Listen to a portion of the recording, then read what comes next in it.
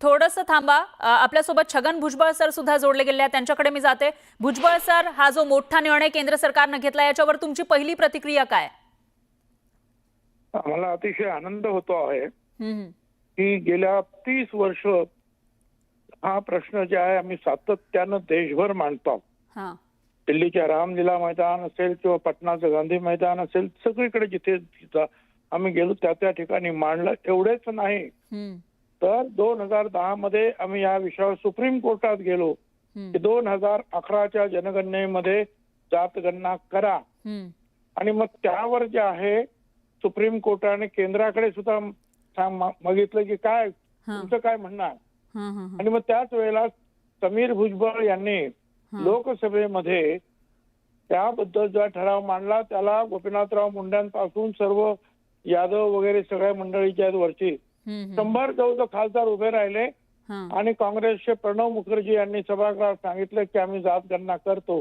त्यामुळे आम्ही सुप्रीम कोर्टातली केस सुद्धा मागे घेतली. जात गणना सुरू झाली, परंतु ते सेन्सस कमिशनर कडून न होता ती वेगळ्या पद्धतीनं झाली. म्हणजे ग्रामविकास खातं, नगर विकास खातं शहराचं, आणि त्यामुळे जे आहे ती व्यवस्थित झाली नाही. त्याचे काहीही निकाल जे आहेत आमच्या हातात आले नाही, आणि जवळपास फसवणूकच झाली. पण भुजबळ सर, आता जो हा निर्णय घेण्यात आला आहे तो मोदी सरकारचा एक मास्टर स्ट्रोक आहे असं म्हणता येईल. केंद्रीय मंत्रिमंडळाने हा निर्णय घेतला. त्यामुळे जे आहे सेन्सस कमिशनर कडून जे आहे आता जात गणना होईल. सेन्सस कमिशन ज्यावेळेला हे काम करतं त्यावेळेला चुकीची माहिती जर कोणी दिली, खोटी माहिती दिली, तर त्याला शिक्षा होते. आणि म्हणूनच खऱ्या अर्थानं आता ओबीसीला देशभरामध्ये न्याय मिळेल.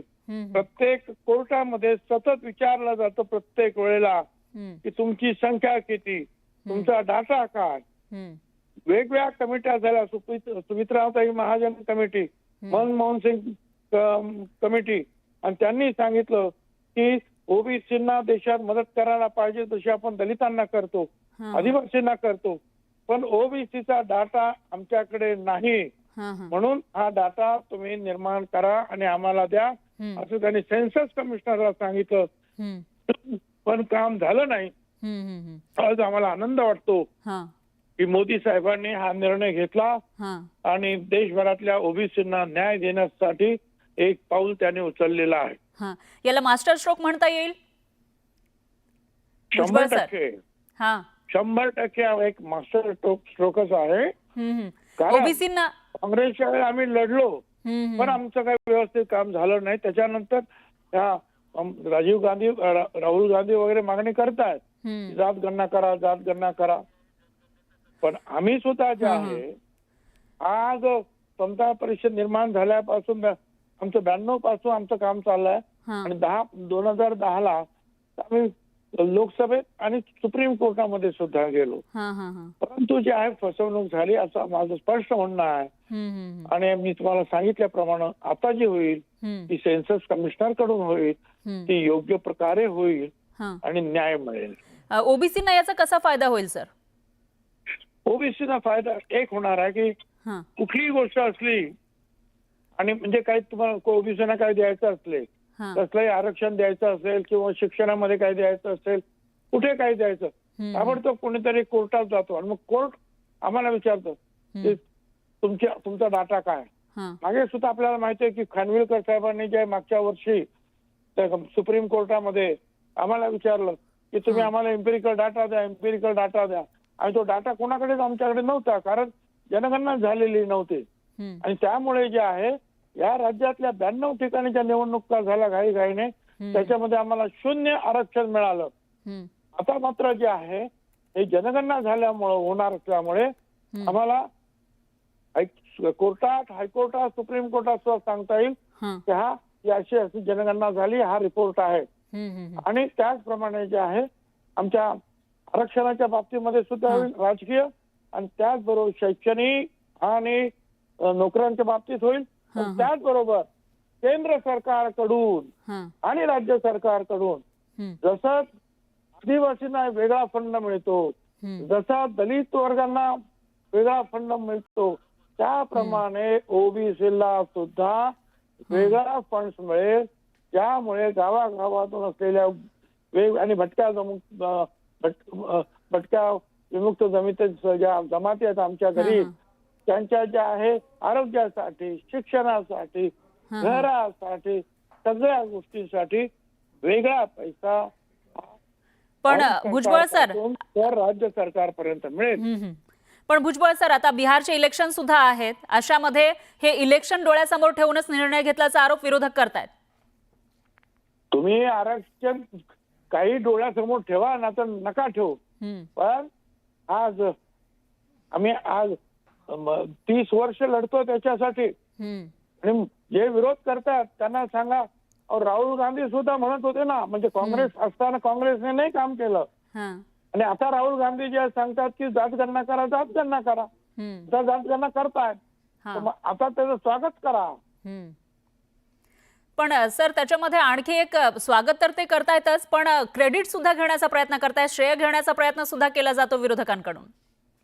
ही लढाई जी आहे, मग त्यांना माझं असं उत्तर राहील की 2010ला जेव्हा आम्ही मागणी केली आणि लोकसभेमध्ये हा विषय आला, पवार साहेबांना सुद्धा कल्पना आहे, त्यावेळेला प्रणब मुखर्जींनी सांगितलं आम्ही करतो म्हणून, सेन्सस कमिशनर कडून का नाही केलं त्यावेळेला ग्रामीण भागातलं काम दिलं ग्रामविकासला, आणि शहरातली जातगणना दिली या नगर विकास खात्याला, आणि त्यामुळे योग्य असा डाटा जमा झाला नाही, आणि तो आलाच नाही आमच्याकडे, बरोबर आतापर्यंत आलेला नाही, जाहीर झालेला नाही, आणि त्याला किती किंमत द्यायची. भुजबळ सर, तुमचा मुद्दा लक्षात आलेला आहे. कायद्याच्या अन्वय करायचा, कायद्यात बसून सेन्सस कमिशनर तो डाटा करतात कायद्यात बसून. निश्चितच भुजबळ सर, तुमचा मुद्दा लक्षात आलाय. धन्यवाद तुम्ही दिलेल्या या प्रतिक्रियेसाठी. तर छगन भुजबळ यांनी स्वागत केलेलं आहे आणि हा एक मास्टर स्ट्रोक असल्याचं म्हटलेलं आहे. यासोबतच बुलेटिनमध्ये इतरही महत्त्वाच्या बातम्या आपण बघणार आहोत. त्याआधी थांबूयात एका छोट्याशा ब्रेकसाठी.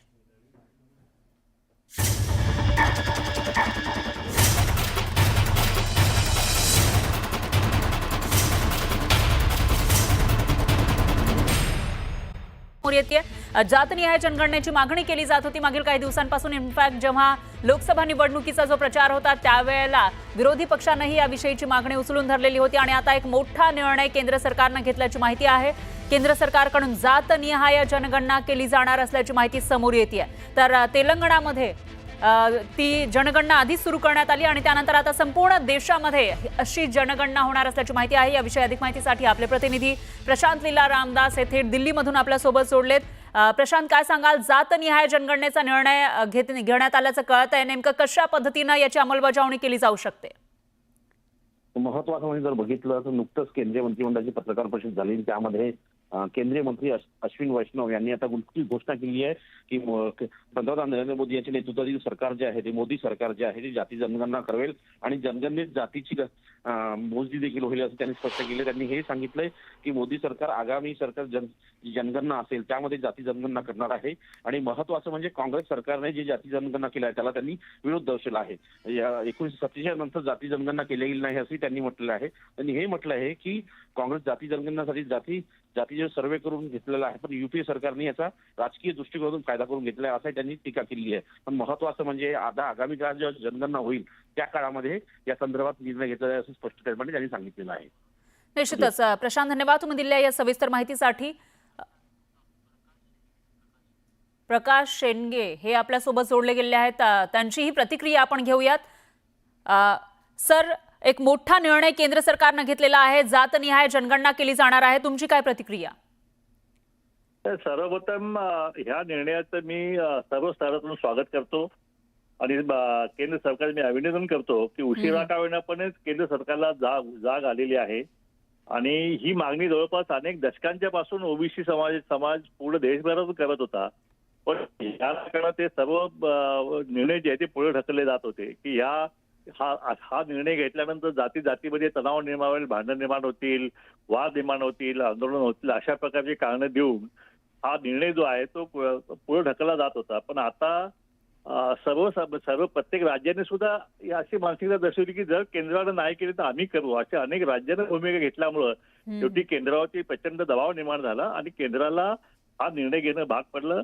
आणि ह्या निर्णयामुळं प्रत्येक या देशामध्ये कुणाची किती भागीदारी आहे आणि जितकी साजेदारी उचकीतली भागीदारी ह्या तत्वानुसार प्रत्येक समाजाला त्याच्या लोकसंख्येच्या प्रमाणात न्याय मिळू शकेल. धन्यवाद. निश्चित